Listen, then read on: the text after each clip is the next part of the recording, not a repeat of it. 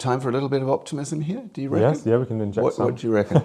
So, just because these things can get very gloomy. The renewable story in the UK and in other countries is utterly remarkable. And genuinely, most people don't spot this. They do not know what's happening. But we are, year by year, we are getting rid of fossil fuel-based energy sources, coal in particular, which is on the way out, although delayed a little bit because of the war in Ukraine.